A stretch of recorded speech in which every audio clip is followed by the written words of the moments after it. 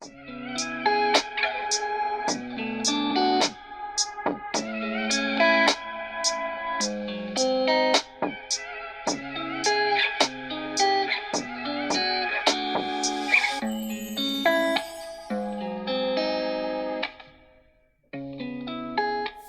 man, say man, it's Brother Charles. And I'm Jasmine. Welcome to the second episode of the Hopefull Romantics podcast.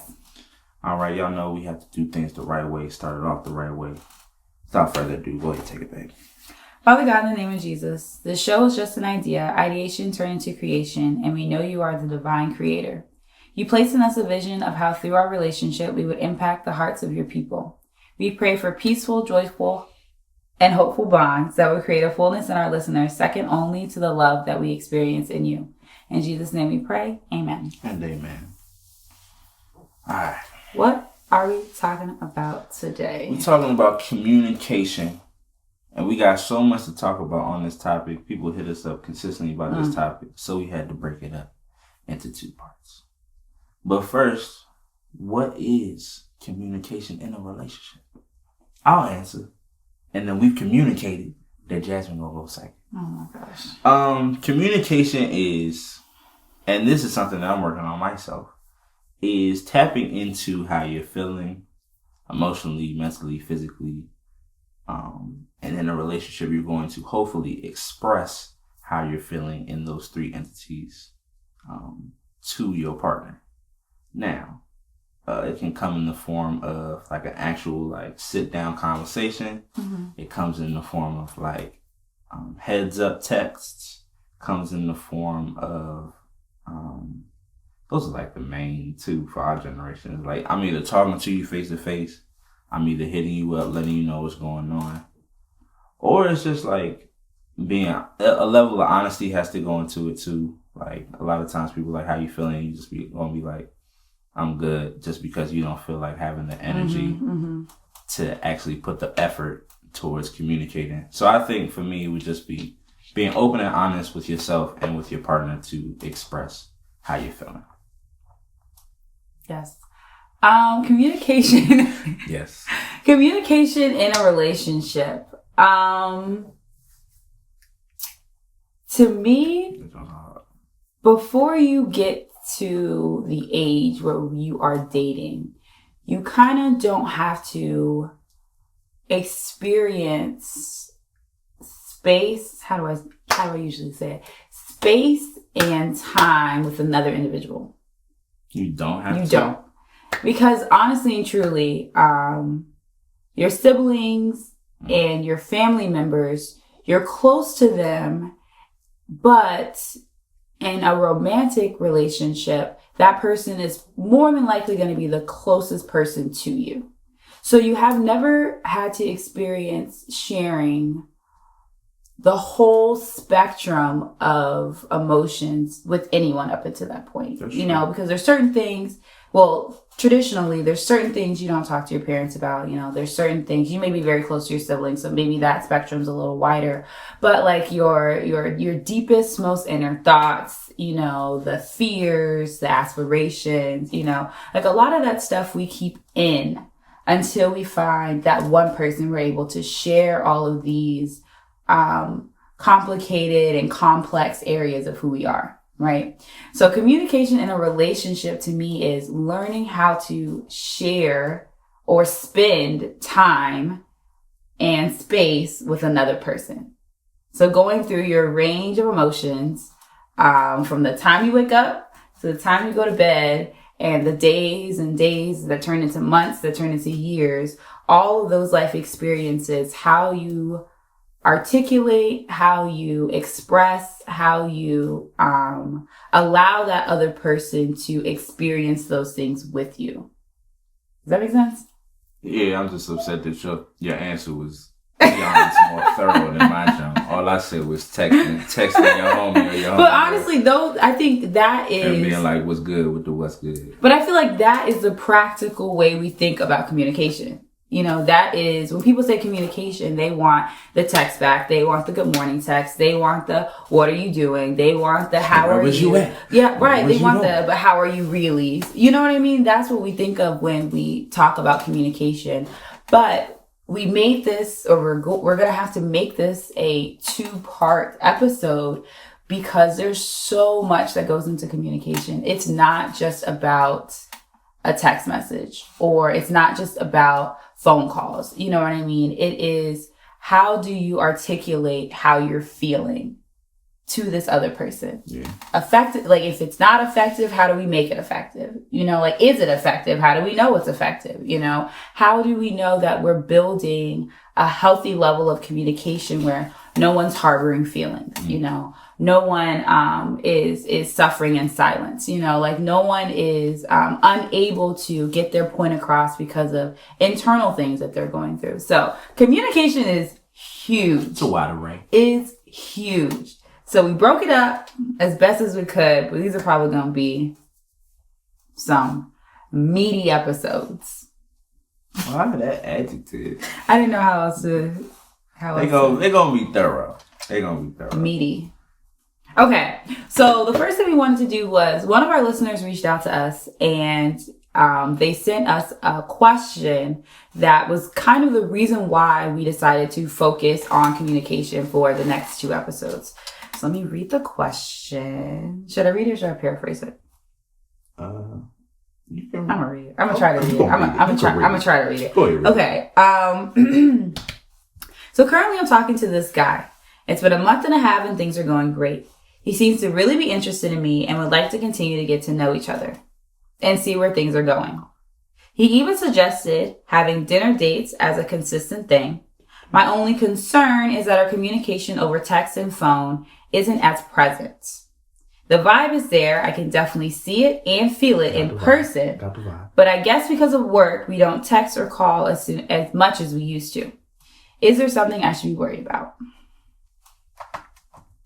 Yes. Like, I was just playing. Not really. Not realistically. If y'all are both working individuals with individual lives, and if y'all not necessarily exclusively dating each other either, you have to be realistic, especially in the earliest of stages. Mm-hmm.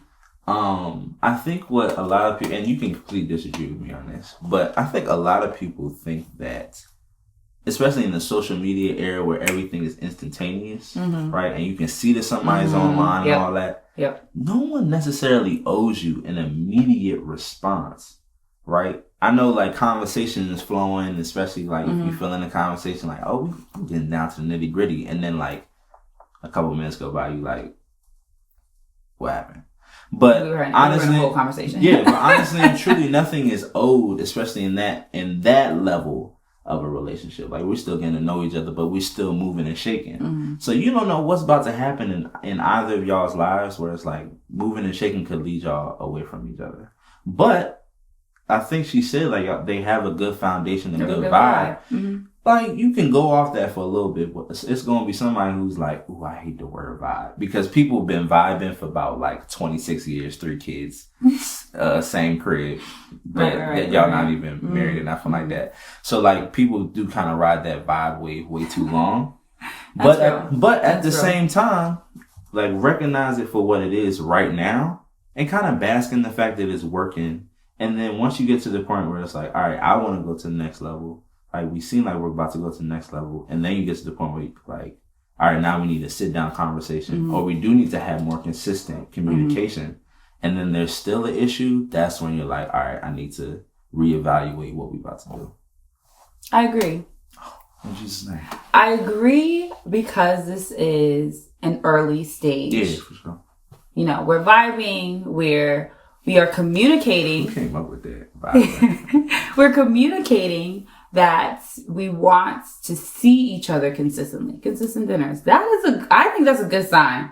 To as an adult, as a young adult, to carve out time to sit down and have dinner or sit down and do anything with someone that you are potentially wanting to date or whatever the case may be. That to me is a very good sign. 1, the communication was there, and 2, just the intentionality behind him saying that, I think is a good sign. And somebody got a little money in their pocket. Whether y'all going to the carryout, Red Lobster, or rest. It don't matter. It's or cooking, because he said consistently dinner. I don't know if he said consistently going out to dinner. You can go to the grocery store too. Yes, you can. That's a whole date. That's a whole very date. Intimate. Honestly, it really is. That's a good date idea for fellas who not really trying to step out just yet. And if y'all both comfortable, sometimes people be inviting folks to their crib mad early. Like, not everybody is comfortable just pulling up to people's cribs. You still relatively a stranger. But if pause. We didn't even say this in the first episode, but he said all of that like I didn't pull up to his house for our first date. So let's move on to that. Like, you literally just pulled up to his whole house on the first date. Didn't even cross my mind that it was weird until I had pulled up. But we digress. But I do think the consistency, the communication is a good sign. It is. But I will say that we actually struggled with this, being young adults and dating someone, because when we first started dating, we were both in college. College in reality gives you a lot of freedom. It does. A lot of freedom and a lot of time. Like, a lot of undergrads waste a lot of time. That's part of the game for real. Sleeping and eating and doing everything but really going to class and going like. And then we having every excuse about right. We're like, why have all this homework to do? Well, you've had homework. You've had the homework for a week, but we're too busy going to any and everything but doing the work. But it gives you a lot of time. So we started dating. We had the time to talk. We had the time to stay up late. We were FaceTiming every night. We were the whole 9 yards. Charles was coming to my honestly, it felt monthly. Thrice a semester. Charles was in my dorm room, like, for days on end. Like, sometimes it'd be more than a weekend. It was like 4 to 5 days. I would go on breaks though. He really would at my school. So it was very consistent. We saw each other. We talked all night. It was there. But then I graduated. So you have to do that. And when I graduated, adult life hit.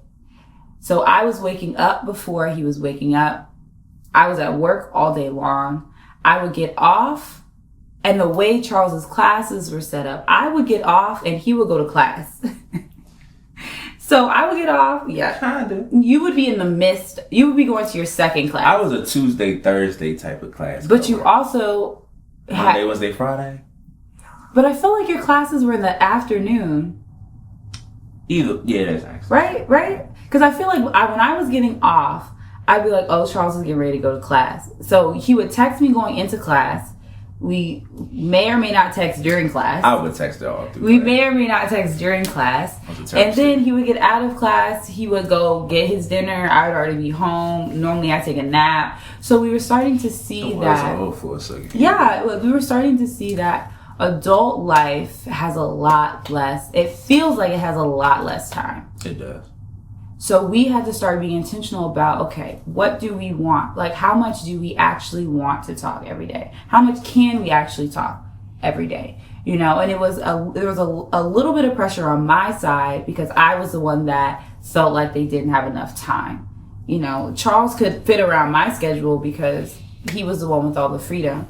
But if Charles was asking me to text him on the hour every hour, throughout the hour, that just wasn't going to be possible for my schedule. So we had to stop and really consider where we are in life, what we're doing, and what communication is going to look like in this season.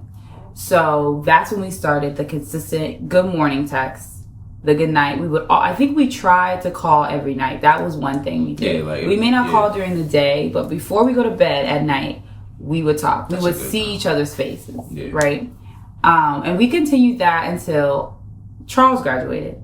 So then when Charles graduated, we had to adjust it again because now we're both working. We may not both be going in at 9 a.m. and getting off at 5. So we have to work around your schedule, my schedule, all the things that we do outside of work. We were both in school, so we have class some nights. We both have class some nights. I just have class this night.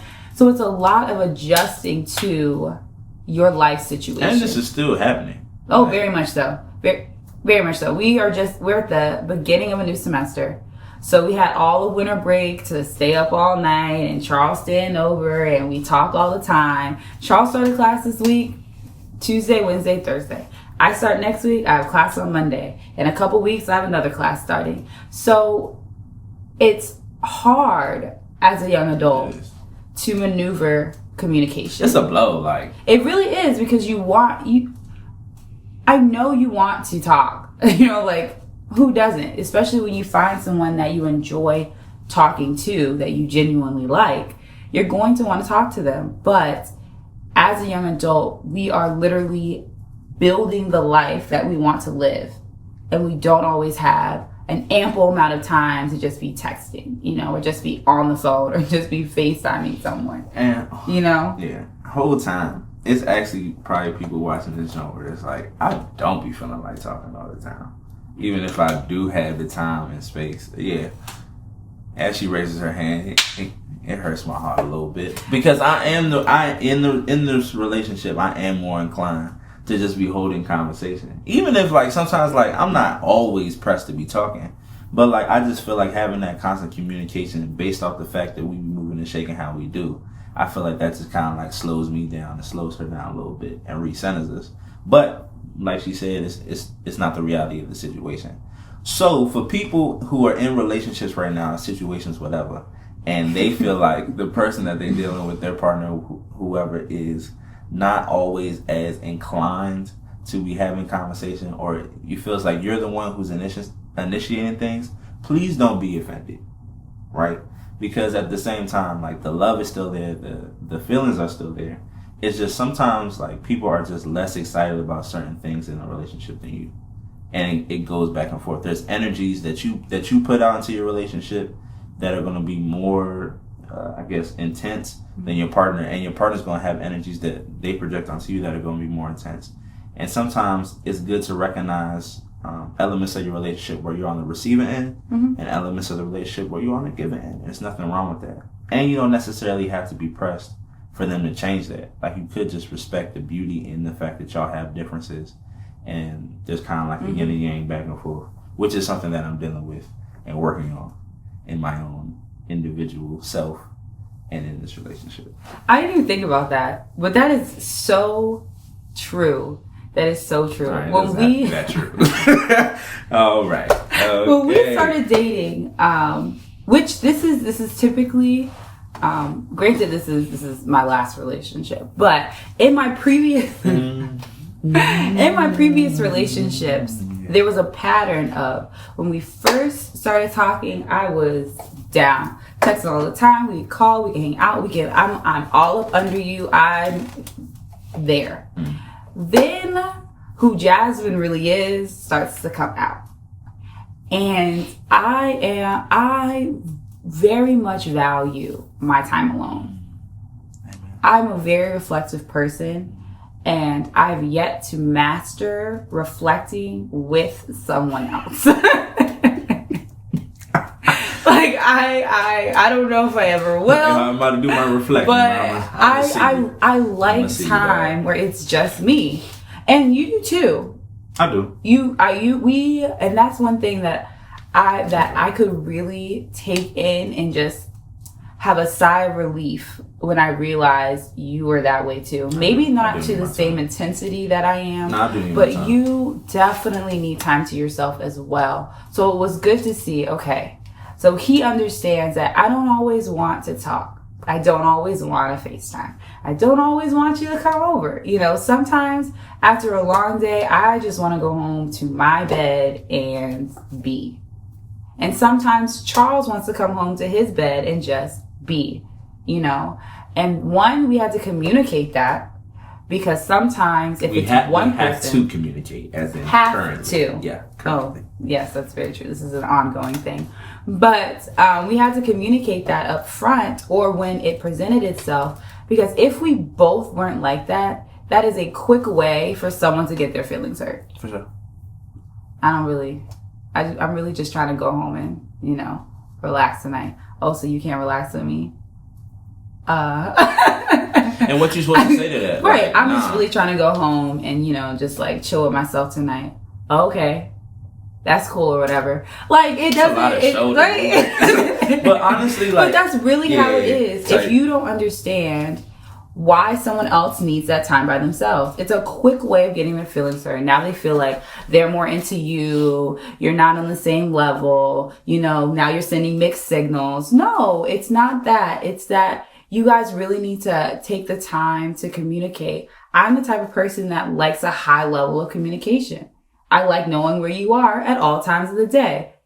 Even though there's unhealthy and healthy levels to that, but even though she'll get up and go, make it all the way to work, I look at my phone and be like, oh, she's at work already. But that's why? Which means, hold on. Let me communicate. Which means that she got up, was up for about 45, maybe an hour before she even thought to communicate. But like that's just an element of giving as well as receiving. But this is something we're still working through, because Charles really does get Charles is a safety person. Like straight like that. Because I remember when I had said that to someone, I was like, oh man, I forgot to tell Charles that I was at work or something. He was like, wait, with your schedule. And some people really look at it like that, and they're like, well, you shouldn't have to tell him. And it's never have I ever in this relationship felt like I was texting Charles to tell him where I was out of fear or out of I don't know, right? Like It wasn't a control thing; it was a safety thing. I am a young woman, a young Black woman living at the time by myself, going to work, coming home, moving and shaking around DC by myself. It was a safety matter of, I just want to know that you made it to your destination safely. You made it home safely, Because if I got to pull up. Okay. But yes, okay. But one thing that we did was I was not good at I'm at work, I'm at home. So I shared my location. It's very simple. Quick solution. Exactly. Like there are practical ways to communicate without it having to feel draining. Yeah. Because and someone brought this up to me on the side, was what's the point of communication if there's no understanding? And I think that one of the best aspects of what you did with sharing your location was, like, I understand myself, right? That I'm not going to be good at texting, blase, like back and forth, like I'm here. Number one, that's a lot. That's a big ask. Cause like you're not always thinking about your phone, period. Don't rip your ear off. I'm trying to listen to me, that's fine. But you have to understand yourself and you have to understand your partner. So it's like, all right, I understand that Charles is big on safety.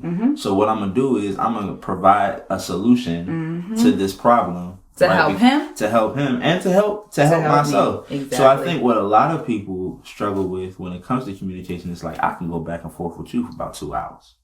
You do this wrong. You do that wrong. I don't like this aspect. I don't like that aspect. But if you're not understanding where I'm coming from truly, if you're not understanding my true intentions behind my issues, if you don't understand yourself to know that, like, all right, yes, this might be like a little abrasive. Yes, they might be in like telling you about yourself a little bit, but it's not in a way to tear you down. If you don't understand your relationship well enough to maneuver a conversation to get to the point, right, where y'all can come to a level of understanding together, then y'all really need to reevaluate. But that you got to build that foundation first. See, yes. This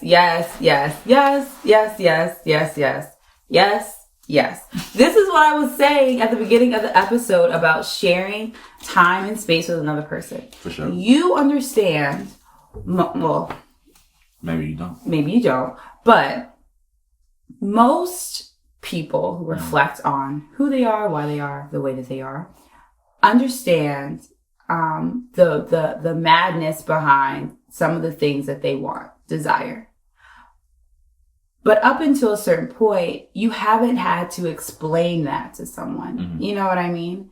But now you find yourself in a relationship and you're frustrated because they don't understand why you think it's necessary to know you made it home safely, but now you're at the point where you have to articulate to that person why that matters to you.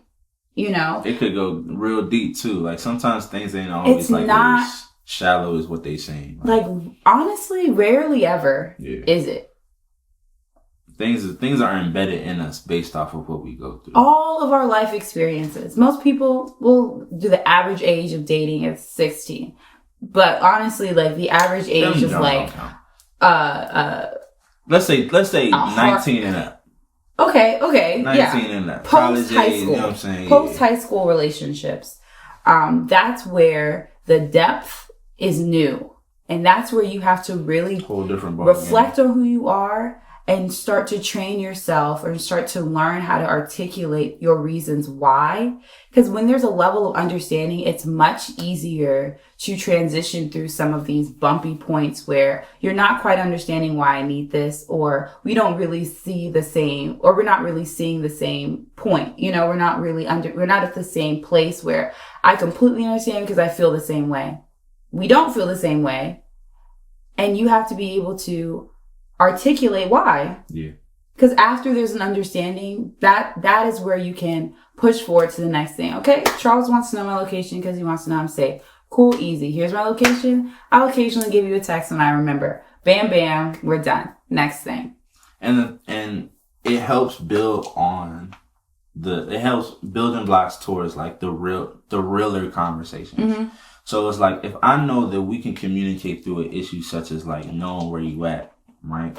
As a safety precaution. Because some of y'all, we do type drag it. Like, all right, you don't got to know every breath, move. Like, I'm in the bathroom, now I'm back in, like, relax. Yeah. But it opens up the door for like, all right, like, why do you get so uncomfortable when we talk about this topic? Mm-hmm. Or like, why are you so uncomfortable when it comes to just talking about your feelings in general? Like, why is your relationship with your peoples this way? Like, now, honestly and truly, it opens up the opportunity for you to get down to the nitty gritty of who you are at your core, right? Because a lot of what a lot of people do is when they have a hard time maneuvering their feelings and expressing their feelings, right? They lock it down so well that it becomes difficult to unravel in any capacity. Mm-hmm. Yeah. So it's like, not only do you retreat within yourself, now you have somebody in a relationship when you're sharing space and time. You got somebody knocking on the door like, all right, I need pieces of you to come out. And if you're in a relationship where you really try and build and you really trying to understand the individual, you have to recognize, especially if you have someone who's locked up, you have to recognize that they're going to come out piece by piece. Mm-hmm. They're not just going to open up the floodgates. It's just, and you shouldn't want them to do that, because that means that if they're doing that, it's premature. You feel me? So it does take... And that puts a lot of pressure on And it puts pressure on you. Mm-hmm. If all of a sudden this person had... Let's say something happens to them way back, right? That they put away for a long time, and now you pressuring them to just like, let it all out. Let's say they let it all out and you like... And now you're the only person who knows. So now you put yourself in a position where you're carrying that, right? And you might not have even been prepared for that yourself. Right. Now you're a partner and a therapist. Everybody's not equipped for that. But when you lay the foundation and y'all can walk that thing out together, it sets things up to be a little bit more seamless. And certain things like that, like unraveling yourself, unraveling your pain, unraveling your traumas, should definitely be gradual. So, and that happens through quality communication. I did that because this is a roundabout way of answering this question. Are we still on the what is communication in a relationship? No, we're on the question about communicating as a young adult. Y'all good. To homegirl who y'all straight. Just take it slow. You feel me? Talk about what realistically do you want in levels of conversation and your levels of communication with the individual. If the person who sent the message, if you are the one who wants more communication, say that. Communicate that. Because I think sometimes we get fearful of the reaction before we even give the person a chance to react. Girl, you better get on my mind. Like, so what if you're like, hey, like, I really wish we talked more during the day. And they were like, honestly, I was thinking the same thing, but I didn't want to. Or, I completely understand. That's cool with me too. Or, there's some... Be like, I don't really see any issue. It could go either way. Things are fine. But you never know. So So that is another important reason to communicate, because you can't assume their reaction. You have to give them a chance to react. And then you can work from there. But you have to give people a chance. Yeah, give me. People in relationships, and I'm so guilty of this. I'll like be looking at Jasmine with every thought in the world. Looking at who? You. Oh, why you say my name like that? With every thought in the world, right? Like, I wish she would do this, blah, blah, blah. Like, why isn't she picking up what I'm putting down? Because I didn't put down anything. Everything is I was like, what you mean I ain't picking up what you putting down? Everything is hypothetical. Everything is up in the air. I can't read minds. What's it? She's not psychic, or she don't got telekinesis. She doesn't have that ability to go into my mind and know exactly what I'm thinking. So there's an issue. There's a problem. If there's a conversation that needs to be had, it has to be had audibly. Or a real life conversation, not a conversation in your head. Like, you going back and forth the both of us. Like, yo, you have to lay it all out there. Because that way, once you do that, and I've realized this for myself, if I'm holding on to something, you know who's going to be dealing with it the most? Not me, because I don't know nothing. I didn't put anything down, so she can't pick it up. But my thing is, as soon as I do, even if her reaction isn't optimal, hefty. Even if it wasn't what I really would have, even if it wasn't how I really wanted her to react, right? At least the thought is out of my head. Mm-hmm. We can work on what's in the air now, right? And through quality communication, we can move forward and build from the conversation. But as long as you keep it up here, it's gonna stay right there. And the way you build this ideal level of communication, this ideal healthy level of communication, are by those small interactions where you communicate your feelings. You know, you communicate what you need. You communicate sometimes it's as simple as sharing with your partner what you're thinking about. You know what I mean? Just communicate. So any level of communication is going to further help the broader idea of how you're able to talk to this person and when you're able to talk to this person. Because if you can't talk to your partner about simple things as how your day is going, or, you know, where you see yourself in X amount of years, or that's actually kind of a hard one. But if you can't articulate the basic level, surface level conversations, your road to the healthy communication is about to be a lot. It's going to take you a minute. And I don't know if we're going to talk about this episode, but I think a lot of people, I think a lot of people find communicating frustrating in relationships when they are having to reflect on the internal battle that's going on.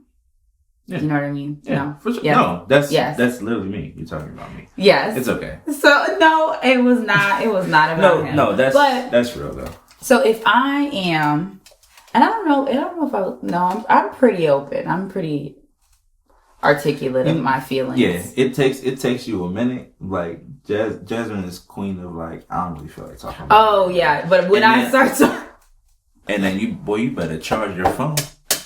Turn your phone up, because you're gonna be on the phone for about an hour. And honestly and truly, when I say I don't really want to talk about it right now, it's about 5 good minutes before I'll be like, oh, that's all right. Charles will move on.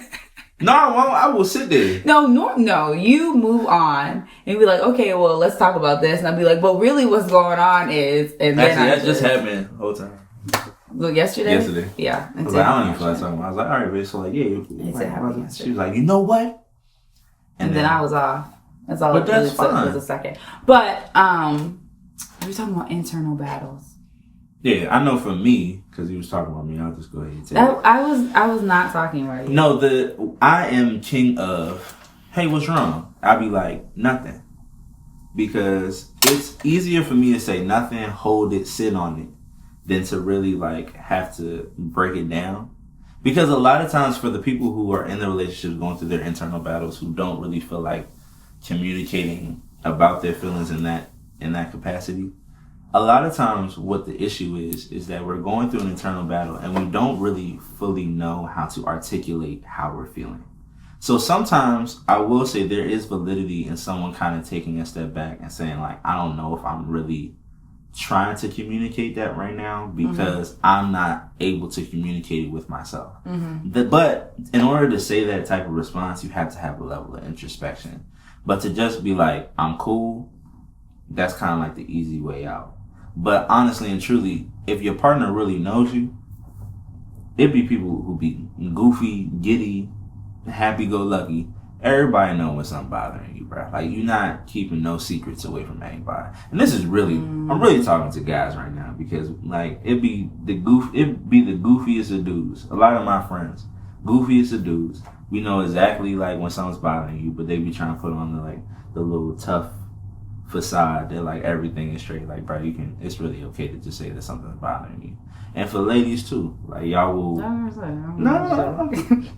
I saw but you saw how she kept the face though. Like, let me get to the point, and then I didn't know where you were going. Thank you. But we communicating, so we gonna get there. Okay. Ladies, for the same thing, I feel like sometimes like sisters will try like oh, I'm fine, like I'm holding it down, like I'm cool, like I don't even really wanna, because they don't wanna, I guess, like place any burden on the relationship as well. There's no need to have a fear that you're placing a burden on a relationship when you're simply expressing yourself and how you're feeling.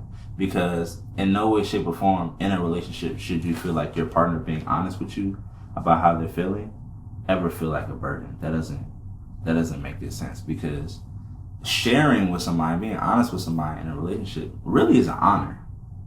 Like, really is something that no one should take lightly, because that only opens up the opportunity, right, to become closer and to keep building as both individuals are trying to work on themselves. So the whole time you were talking, I was like, this sounds really good. It sounds really good, And I think we're talking from the perspective of the ideal relationship we're talking about growing into a lifelong thing. But if we flip it and we talk about relationships. Oh, these like 2-month jumps? Or not even that. If we but not even just situationships. If we're talking about the average person our age, so we'll say from 20 to 30. Okay, because we're somewhere in the middle. But 30. From 20 to 30, these relationships where they're not situationships. They shouldn't be. I mean, no, I'm not. If you in your little situationship, that's another episode. But what I'm saying is, it's not the situationships I'm talking about. It's not the relationships for sure this is my person. I'm talking about the ones in the middle where you don't know. Where you're building this level of communication, you're trying to, but you don't really know if this is the person. So am I investing and this is going nowhere? Like, am I giving too much? Should I give any at all? Ooh. Like, when do I know to open that door, to give that piece? When do I know that I can start investing because this person is going to stick around? Like, do I start investing? Or do I wait? You know what I mean? Answer that question. No, that's what I was thinking while you were talking is, I don't know if I have the answer. Like if I was dating someone. That's good. And I didn't know where it was going. It's hard for me to sit here and listen to us and be like, yeah, just open up, just start building that wall of communication. Because yes, I think in situationships, don't know where this is going, relationships and long-term relationships or long life relationships, there has to be some level of communication, because the second there's a misunderstanding in a situationship, someone's feeling gets hurt. The second someone is giving too much and the other person's giving nothing and they're thinking they're investing, there's a problem. In any level of those relationships, there has to be communication. But when we talk about sharing yourself, and the trust that comes with that level of communication, I don't exactly know when we start that? I feel like them jumps is, cause I'm trying to think about, previous situations that I was in, and I've always been the type where it's like, if you ask me, I'll tell you. If you ask me, I'll tell you, right? But I feel like that only comes out if I feel comfortable enough telling you. Mm-hmm. And that comes from me not necessarily being the most closed off individual. Like, I'll let, if you know what I'm saying, if I'm on the train, it's just me and this other person and we just chopping it up, I might let some information fly because I'm never going to see you again. But if you're in a situationship, mm-hmm. you feel me, you really might consider the fact that they might be around for a little bit. And I feel like there's nothing wrong with having hesitance because you don't know. Sometimes people really will take information and use it against you, right? And I think that a lot of people are closed off because they've been burned in the past. Respect to you. Hold on to that. Maneuver accordingly. But I also think that you can't be fearful either. That's where I was going, yeah. You feel me? Because, like, you'll get to the point where it's like, yo, like, this is it, man. Like, I really feel like I'm really... And you could be absolutely wrong. That's the thing. Like, you could really be... Like, I feel like a lot of people out there was like, yo, like, found her. This is it. Call my dukes, all that. And then...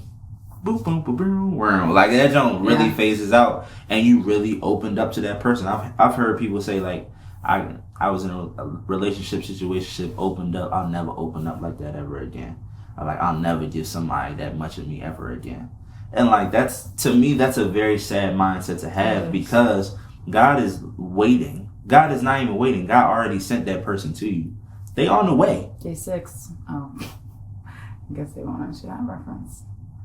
They won't. They on the way. That's another episode. They on the way, right? They about to pull up. But now that you in the mindset where it's like, but what's wild though is people be like 24 talking like that. Like, yeah, they do. Like, just because cuz from high school who you mess with a little bit in freshman sophomore year, like he went back to like his old, like, I'm sure it's not over for you, beloved. Like, yeah, that's the thing. But yeah, I think the fear part, I think, is where a lot of people get stuck, or a lot of people don't push past, because the same way you said, you open up and the person isn't it. Who's to say the person's it or not? You know what I mean? Like, so the decision that you make to not open up because the person isn't it, like, what if you are the reason why that person doesn't become it because you didn't open up because of that fear? You know, I think fear can be crippling when it comes to communication and relationships. That's good. Especially in the ones where you don't quite know. So you don't know if it is, beneficial to you to open up and communicate some of your deeper inner feelings.